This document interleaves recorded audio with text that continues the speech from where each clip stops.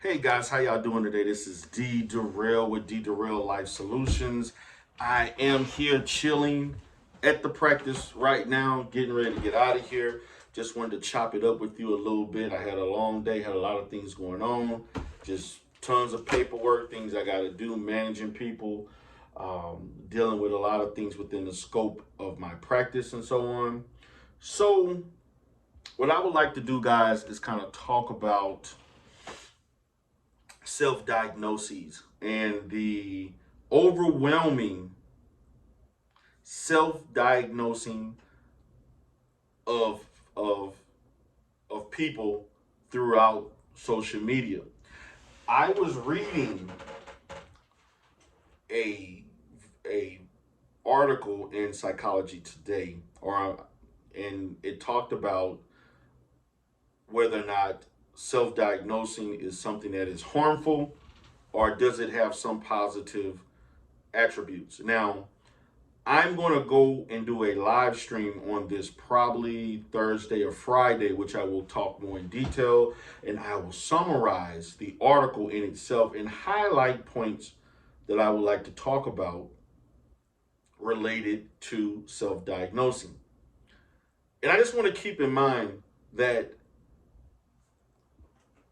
as I've stated before, that just because somebody puts out the features or criteria that they may have seen in the DSM, just because they have, taken information from reputable mental health and medical organizations, don't mean that that necessarily um, means that someone has a particular illness, because there are other factors that contribute to that, which, if you're not trained properly as in regard to um, measuring the duration, the intensity, triggers, how the behavior presents in real lifetime, and also a person's psychosocial history also can contribute to that, and other data related. Also, within the realm of diagnosing, we also take into point the data from using appraisals or assessments that also are used to determine whether or not someone has a clinical diagnosis. That is why when I hear people speak about, oh, they're narcissists, this person's a narcissist, and this person is ADHD. Now I'm hearing things about autism. Um, and I've been hearing things about autism from people, particularly those who have kids or family member. Same thing with like bipolar disorder. Same thing with those who may have OCD. But the black community has other issues too. Behavioral issues such as ADHD or ADD, behavioral issues such as oppositional defiance disorder, and others are quite evident in our community. But there is a situation, there is a level of misdiagnoses. The two diagnoses that I deal with the most on YouTube is borderline personality disorder and narcissistic personality disorder, which are both cluster B disorders. Then I hear people talking about bipolar, I hear people talking about anxiety related issues. All of those things could be true. But just because you see the features and how they lay out, and then you're basically critiquing a person and saying, oh, he got this, that person has that, I seen him do this. You have to understand, within the skill or the field of diagnosing a person, within that particular skill, that is a skill that takes years to craft, and to a point where you can effectively do it. For myself, that's an ongoing skill in my profession. You can only become better the more you do it through time and training and continuous education. So if the professionals are continuously learning to get better, how are you with no education in this and no skill level, no internship, no practicum, no one supervising you in a clinical setting can just say, oh, I have this. This is what it is. And if you got this, that means, you know, you have major depression. No, it doesn't work like that. It does not work like that. And so what I will say is that every illness has its criteria. Then it lays out how many of those features have to operate concurrently with one another in order to give someone that particular diagnosis. And that takes time. That takes sessions for some, and it can change over time. Diagnoses change over time for some people. So it's one of the most difficult skills to master in mental health.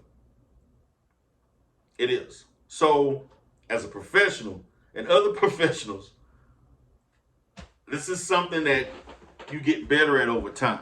Now, what I did notice in the article did designate that they do like the fact that people are being more aware and self-educating themselves on mental health. But we want to caution people in your education of mental health, it's not meant for you to try to play therapist or play a psychiatrist or play a psychologist or a social worker. It's not meant for that. What it is, what we are happy for is the fact that more people are being more aware of symptomology, and now they are researching to learn more about symptomology. Not for the means of you to self-assess yourself. Leave that to the professionals. Even for myself, for certain illnesses, I actually seek the consultation of other professionals, particularly with certain diagnoses that I don't see a lot, or I don't treat certain, like say for instance, I don't treat people who have anorexia or bulimia. If I had a client that came in with those issues, I would consult, even though I have treated a few, I would consult with someone who specializes in that or have more experience working in that setting before I just start labeling and before I start applying therapeutic techniques. And I'm a professional. I just don't lay out, oh, I got the degrees. That means I can just, no. Because I understand that a person is trusting me to provide adequate services to help them improve long term. So that's how we want to look at it. So self-assessing, although it appears to me that the field of counseling and psychology is happy that people are looking into things, researching and reading, and we like that the psychoeducation in itself can alleviate the myths of mental health. But at the same time, we want to caution people for wanting to diagnose themselves and diagnose others in their family. It is unethical for me to do that. I can't diagnose people that I know. I can't diagnose family and friends. That's unethical. And the thing about it, if you don't have these degrees, education, and so forth, you learn that. That's why in these YouTube streets, I'm far more cautious about talking about mental illness. And when people, back in years ago, when I used to hear people say stuff, I used to make comments on people self-assessing other content creators and other people. Now I keep my mouth shut because I'll let people say stuff. I may comment and talk about some things. I'll just say that, listen, I hear what you're saying. I'm not sure if it's consistent with what the DSM says, or I'm not sure what you're saying is necessarily congruent to the field itself. I just leave it at that, non-confrontational. In the past, I used to point stuff out and make people mad and upset. Even though I was telling the truth, I decided not to do that anymore. What I decided to do is to take a more subtle approach. Again, and I state this, I'm not saying you're wrong. I'm just saying it's not consistent with the field of psychology or counseling or within the DSM. And I just keep it at that. So guys, I appreciate you for coming in. I just wanted to have this discussion with you. This is D. Durrell with Deep to Real Life Solutions, talking about the dangers and talking about the issues of self-diagnosing as far as mental illness on social media.